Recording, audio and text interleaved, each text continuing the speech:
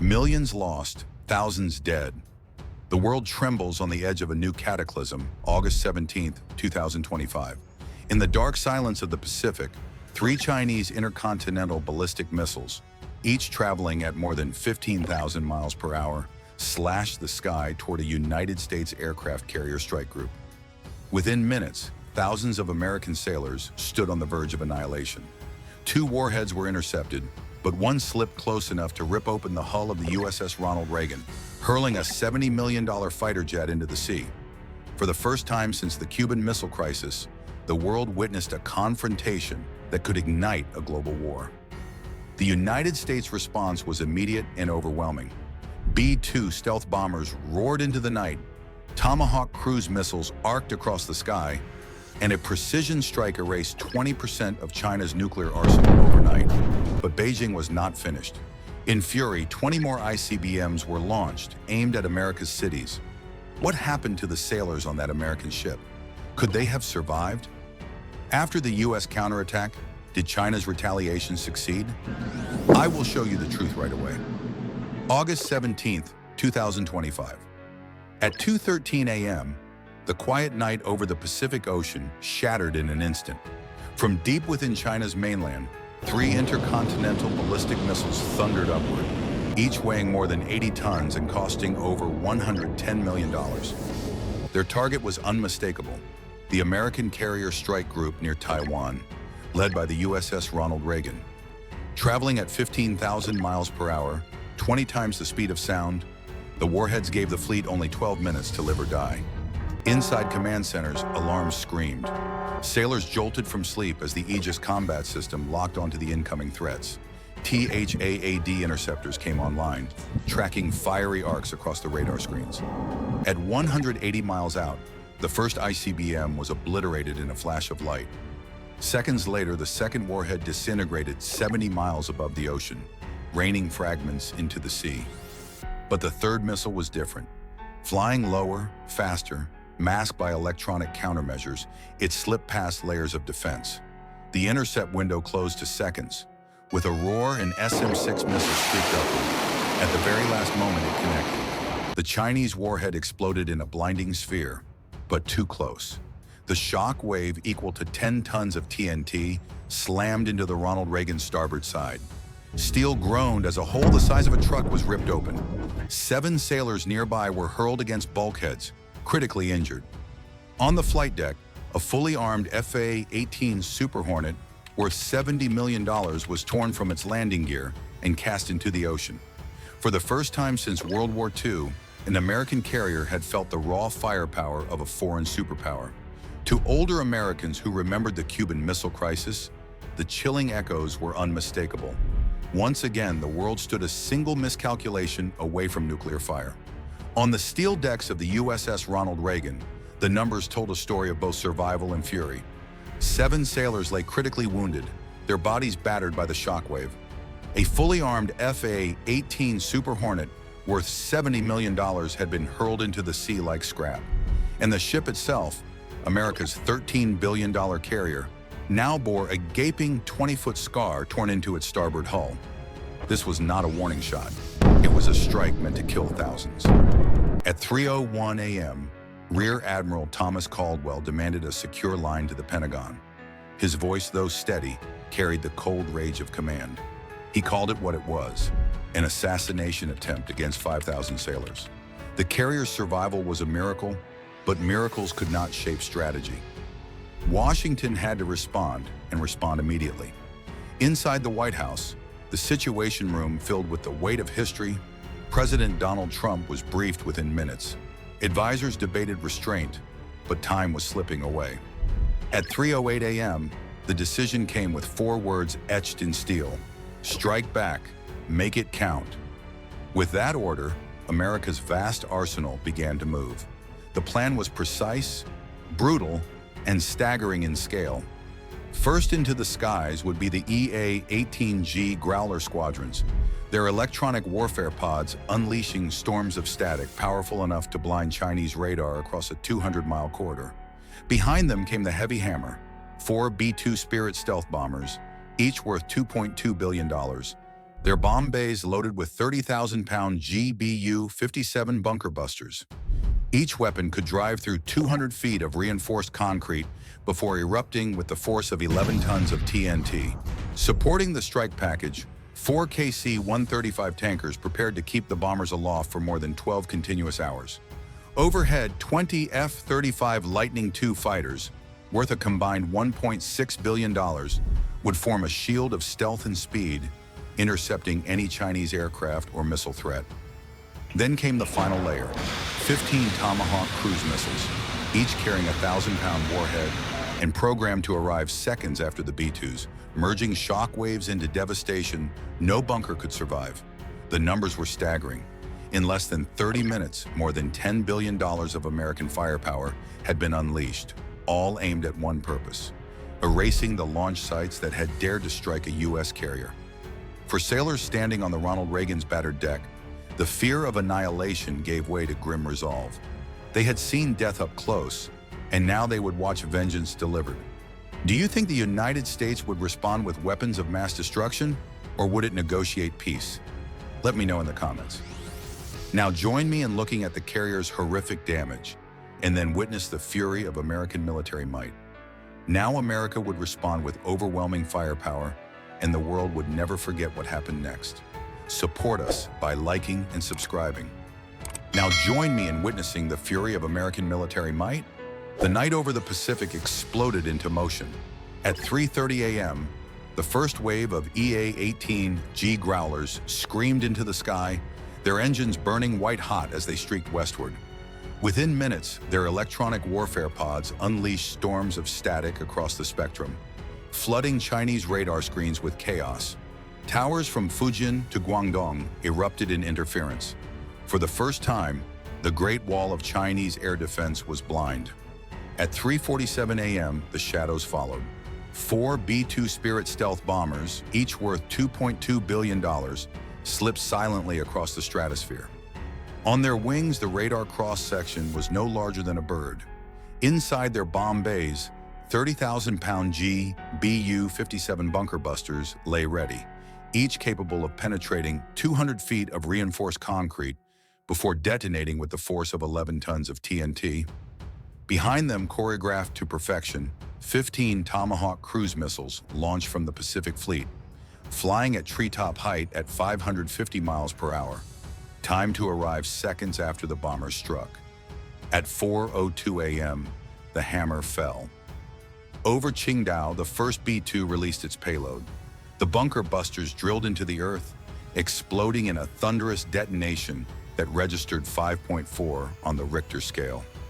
Reinforced silos collapsed inward. A fireball half a mile wide consumed the missile production complex, the very heart of China's ICBM program. Seconds later, Fujian erupted. A second B-2 targeted a massive underground fuel depot holding more than 5 million gallons of propellant. The bombs pierced through layers of steel and earth before igniting a chain reaction so violent that the fireball climbed 2,000 feet into the night sky. Witnesses as far away as Taiwan reported the glow. Then Shanghai felt the blow. The third and fourth B-2s released in sequence, their bunker busters tearing into a hardened command center designed to survive a nuclear strike. But nothing could withstand 60,000 pounds of steel and explosives arriving within 30 seconds. Reinforced concrete shattered, communications towers crumbled. 10 senior officers, including 2 major generals, were killed instantly in the blast. And then came the second wave.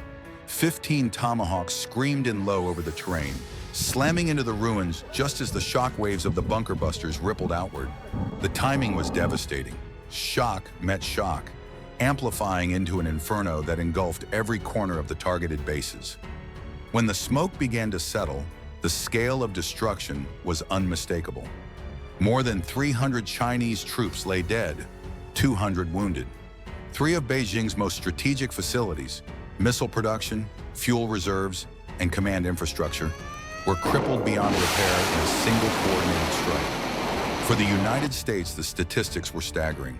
More than 200,000 pounds of explosives had been delivered with surgical precision, the equivalent of 20 Hiroshima bombs in conventional firepower. Not a single American aircraft was lost. Radar screens aboard the Ronald Reagan that once glowed with hostile threats now showed silence.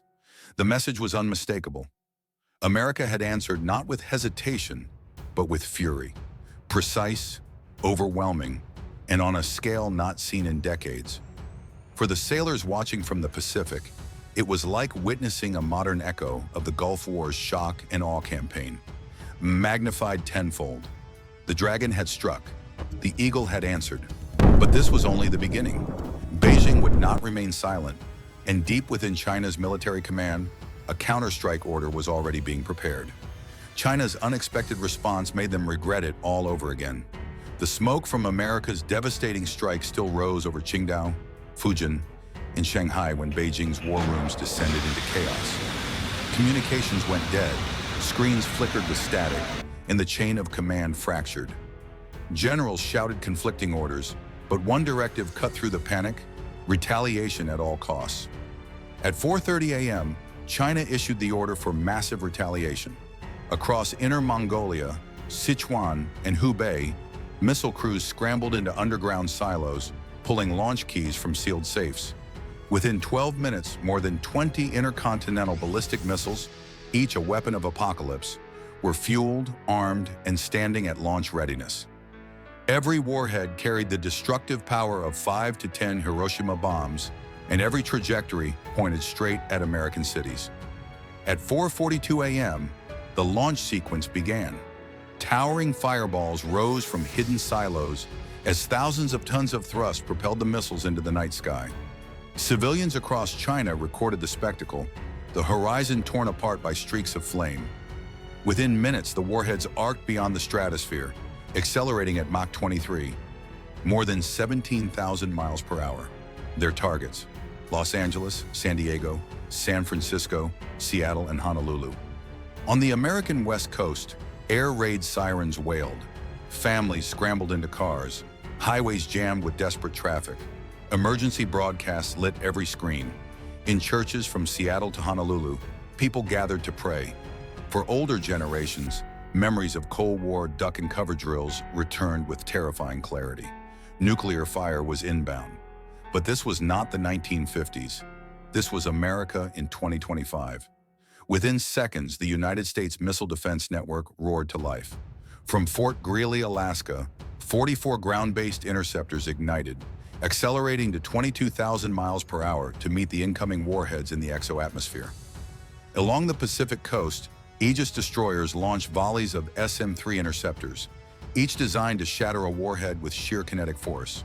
In Guam and Hawaii, THAAD batteries lit the sky with blazing interceptors, while Patriot PAC-3 systems stood guard over urban centers. Above Earth, an unseen battle unfolded. Satellites tracked every trajectory in real time, guiding interceptors with pinpoint accuracy. One by one, Chinese ICBMs were hunted down. Some detonated in fiery blossoms hundreds of miles above the Pacific, others fractured into harmless debris. Radar screens showed kill after kill until the last warhead closing in on California was destroyed at 200 miles out. The results were staggering. 20 missiles launched, 20 intercepted. Not a single American city was struck, 0 casualties. For China, the failure was catastrophic. Each ICBM represented hundreds of millions of dollars in decades of engineering. In a single night, Beijing had gambled its deterrent power and lost it all. For America, the defense was historic, the most decisive demonstration of missile interception ever recorded. In one breathtaking hour, the shield had held. No city burned, no civilian died. Yet the silence that followed was not peace. This was not a one-night battle. It was the opening act of a far larger war. Here comes the final blow to China's fate. At 5:15 a.m., Washington time, U.S. Strategic Command issued an order that carried the weight of a century of doctrine. Operation Iron Thunder was not designed merely to punish, but to disarm. Peace through overwhelming strength, the creed of American power, was about to be unleashed in its purest form. From Diego Garcia in the Indian Ocean, 3 B-2 Spirit bombers and the world's first operational B-21 Raider lifted into the night sky, their bomb bays loaded with more than 80,000 pounds of precision ordnance. From the carrier strike groups scattered across the Pacific, 48 F-35 Lightning II fighters roared upward, bristling with AIM-120 missiles and JDAM bombs. 6 KC-135s and KC-46 tankers took station to fuel the armada, ensuring 12 hours of continuous dominance in the air. And below the waves, silent predators stirred. Ohio-class submarines lurking just off China's coast opened their hatches and fired a devastating salvo. 96 Tomahawk cruise missiles streaked toward the mainland, each one a steel spear flying 1,000 miles at treetop height, guided by GPS to pinpoint accuracy. The targets were chosen with surgical intent. Yulin Naval Base on Hainan Island, home to China's nuclear submarine fleet. Zhangyang Air Base, where H-6K nuclear-capable bombers lay waiting. And the sprawling missile assembly complex at Chengdu, the beating heart of China's ICBM program. At 5:54 a.m. local Chinese time, Yulin was the first to burn.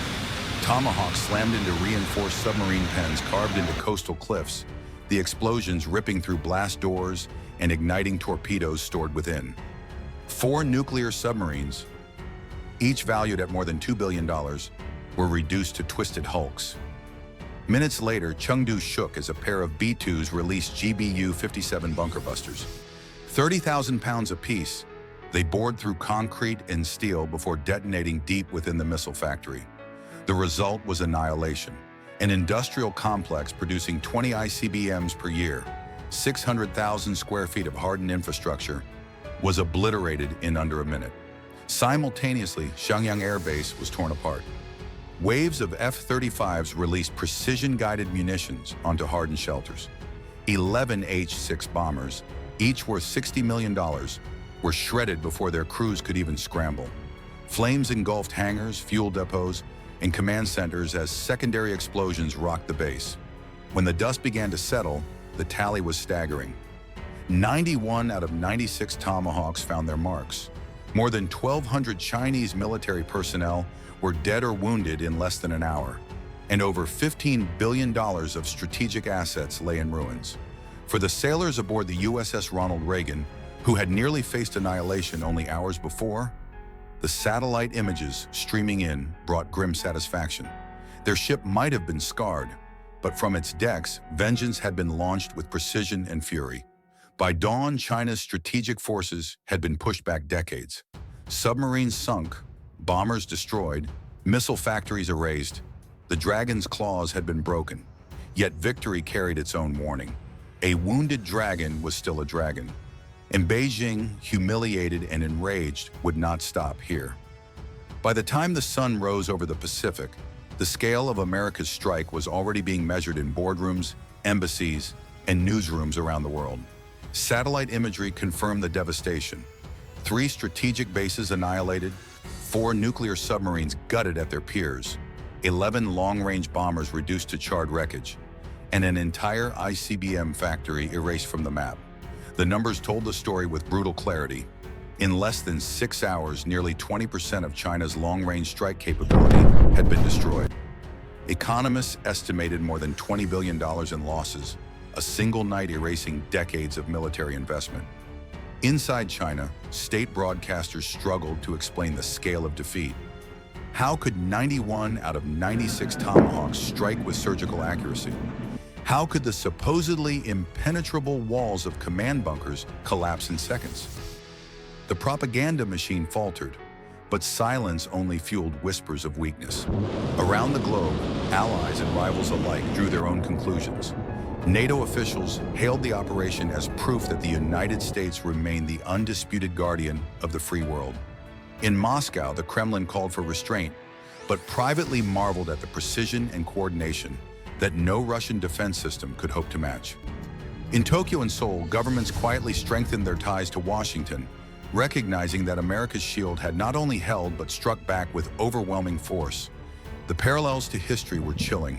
In 1962, during the Cuban Missile Crisis, the world teetered on the edge of annihilation, but stepped back without firing a shot. Now, more than 60 years later, missiles had flown, bases had burned, and thousands had bled. The difference was undeniable. America's shield stood firm, and its sword cut deeper than ever before. For China's generals, the lesson was brutal. Decades of buildup, raced in one night. Soldiers who once believed American carriers were vulnerable now saw that even a wounded ship could deliver destruction on an industrial scale. By dawn on August 18, 2025, the balance of power in the Pacific had been rewritten in fire. The numbers told the story of a shattered Dragon, more than $20 billion in Chinese military assets destroyed in less than 12 hours. Over 1,500 soldiers dead or wounded, 15 strategic facilities crippled, from submarine bases to missile factories. A generation of buildup erased in a single night. Around the globe, leaders rushed to assess the meaning. In Tokyo, analysts called it the largest one-night strike since the Gulf War, a demonstration that Asia's security architecture had been reforged overnight. In London, comparisons were stark. America had unleashed more firepower in 6 hours than Britain expended during the entire Falklands conflict. In Moscow, officials spoke publicly of restraint, but privately admitted a sobering truth. No defense system on Earth could have survived such a coordinated assault. The echoes of history were chilling. In 1962, the Cuban Missile Crisis ended without a shot fired, the world stepping back from the brink. This time, missiles had flown, bases had burned, and the price had been paid in blood. Yet the American shield had held. 20 Chinese ICBMs had been destroyed before touching U.S. soil, and not a single American civilian had died. The lessons cut both ways. For Washington, strength preserved peace. To strike at the United States was to invite ruin. But for Beijing, humiliation festered. A cornered adversary, stripped of pride, remained unpredictable. And for the world watching, one question loomed. Had the first battle of a new Cold War just begun? The events of August 17th to 18th, 2025 will be remembered as one of the most dangerous confrontations since World War II. In less than 12 hours, the Pacific had become the stage of a drama unlike any in modern history.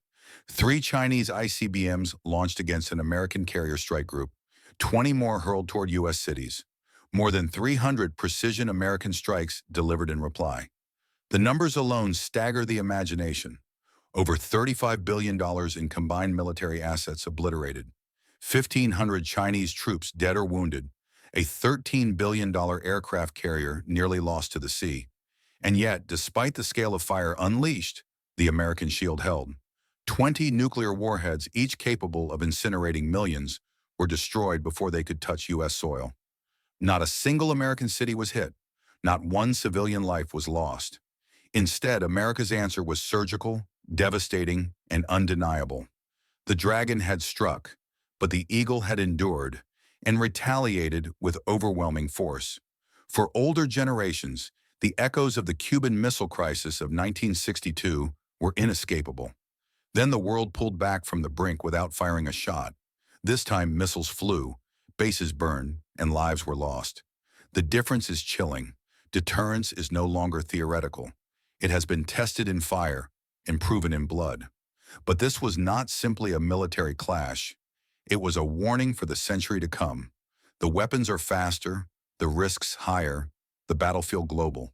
A single night demonstrated that modern war can erase decades of buildup in hours, that no fortress is unbreakable, and that humiliation may be as dangerous as defeat. The lesson endures. Peace is preserved not through weakness, but through strength. The men and women of the United States Navy stood firm under fire, embodying discipline, resilience, and courage in the face of annihilation. Their resolve prevented disaster and reshaped the balance of power before the eyes of the world. The guns have fallen silent for now, but silence can be deceptive. Is this fragile calm the start of peace, or merely the quiet before the storm?